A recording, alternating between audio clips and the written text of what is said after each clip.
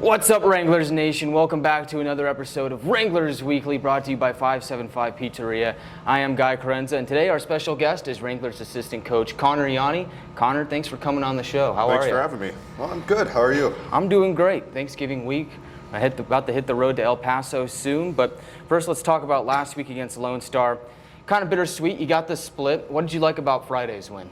Friday was probably another full 60 minutes that we put together like we did in New Mexico. Our forecheck was really good. We were doing a great job of working above pucks and reloading, and we were able to keep them in their zone for extended periods of time because of that. And kind of just, it's two really good teams going at it, and we kind of just had to break them down. Of course, then you turn to Saturday. Just kind of put that in the rearview mirror. As a coach, how do you kind of approach that situation and just get your team geared up for the next weekend against El Paso? Yeah, so it's a human game. It's never going to be perfect. As coaches, we want to go out there and, win every game and have everything go that way, but we don't coach hockey players, we coach people who play hockey. So you're going to have 4 or 5 clunkers. You don't look forward to them, but you accept that they're going to happen, and so you just go. You burn the tape, but you don't forget the lesson that it taught you, or else you lose twice. But you just said, move on, 12 o'clock, be mad till then. Once it hits midnight, it's a new day. Nothing you can do about it now. Just respond. I like that. It is a new day, and so we're on to El Paso. What do you think are some of the keys to victory against the Rhinos this weekend? I mean, they're a very deep squad. They got 4 lines who can play with anyone, so it's going to be our forecheck again. It's going to be managing pucks, not giving them a chance to come at us in transition, and managing pucks, get it in, make their D turn, and wear down on them, because we got 3-3. We got to wear them down for 2 games and then move on to the next one. Yeah, I mean, 3-3 can't be easy. How do you kind of approach that 3-game set of a road trip where, it's going to be kind of a grind away from home, hostile environment? I mean, what's the message to the players in that sense? You got to take it game by game, shift by shift. You can't worry about Saturday on Friday, and you can't worry about Sunday on Saturday. You got to worry about Friday on Friday. And 3-3 on the road, it's tougher with the travel, but it's a little bit easier. You don't got the expectations that come with, the home weekend. You don't lose one. You're like, oh, what's going to happen Saturday? You just worry about your shift each game, and then after 60 minutes, you hope you have come out the victor, and then you're on Saturday and on Sunday.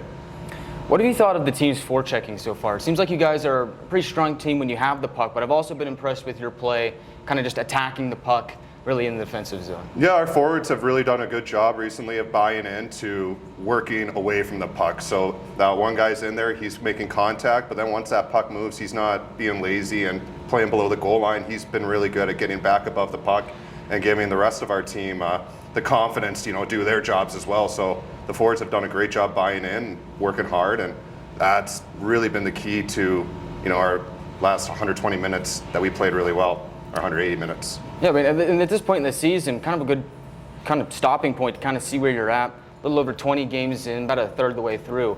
I mean, just between you and Ryan Anderson, what do you guys like about this club so far? We really love our resiliency. We've been in a lot of close games, which, it isn't great for the heart, but it's great for the team to learn how to win in those close games, and that's our resiliency, our character. We've really been happy with, and the team's buy-in as well. I mean, I'm glad you bring up that resiliency because, that was one of the next points on my notes. I've started to call them the cardiac kids because it's like every night they give me a heart attack, but they somehow find a way to pull through. 10-2-2 in 1 or 2 goal games. Why? Why do you think that is?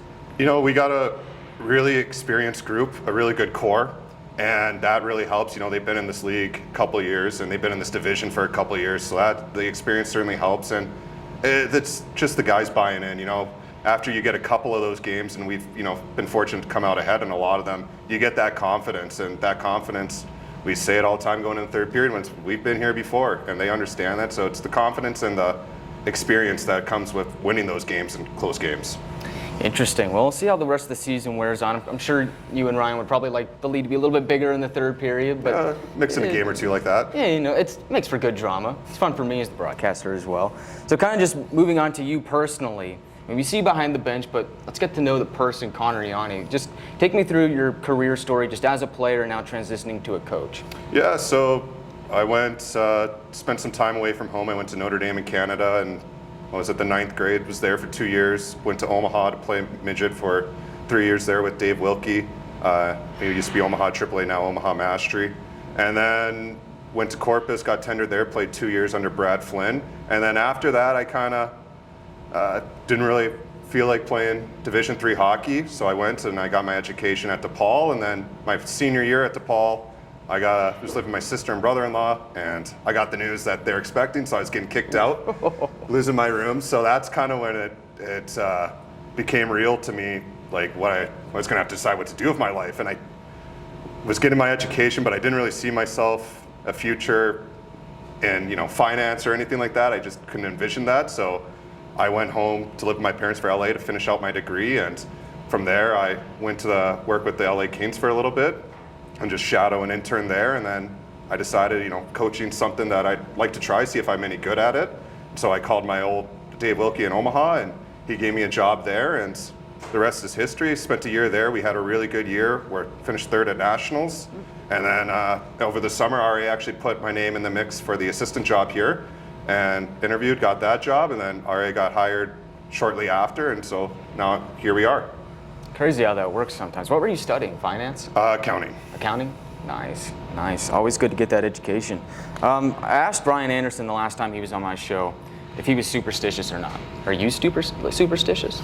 Not really, no. As a player, I kind of was. I had, always get dressed left from right, left shoulder shin pad on, left skate. But as a coach, not really. Maybe eat the same meal if we win at home, but I'm not that superstitious. No, RA takes care of that, not for the both of us. That's funny. I mean, I figured I'd just ask. So, in your free time, what do you like to do when you're not on the here at the rink coaching? Yeah, I don't really do much. I'll go head home. Any work needs to be done, do that. But I'll go sit, watch TV, watch quite a bit of the NHL games. Whenever the Kings are on, I'll always watch. RA and I like to mix in a round of golf every now and then, but I live a pretty simple life. Maybe play some chess on my tablet. Simple man? Yeah. I like it. You watch any good shows recently? Relatively recently, the Hijack show on Apple TV was a pretty good show, and that's the most recent one. I'm a big Impractical Jokers fan. Okay. Whenever that's on, I'll always tune in. Who's your favorite Impractical Joker?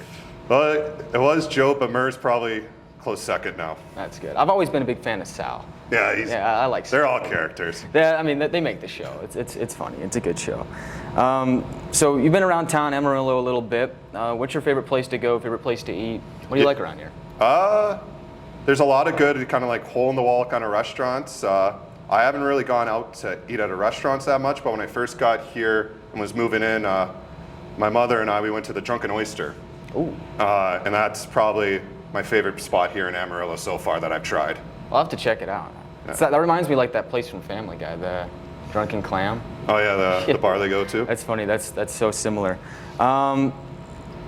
Favorite song to listen to before a game? What pumps you up? Yeah, I don't really listen to music before games, but RA's got the guitars, and he whatever he's listening to, I have to listen to. So that'd be my answer. That's the definition of a simple man. Whatever he's got on is what I'm listening to. Just take it easy. All right, that's pretty fun. Well, Conor, thanks for coming on the show. Thanks for having me. Happy to have you. And you can catch him in action and his Wranglers this weekend. They'll be in El Paso Friday and Saturday, and over in Odessa for the first meeting over at Ector County Coliseum against the Jacks. Catch it all this weekend on NATV or listen in on our YouTube audio stream. And make sure you follow us on our social media platforms. We're on Facebook, Instagram, Twitter, not calling it X, and YouTube. And go check out what the Wranglers are doing on over there. And I'm Guy Chiarenza saying so long, and we'll see you next weekend on the next episode of Wranglers Weekly.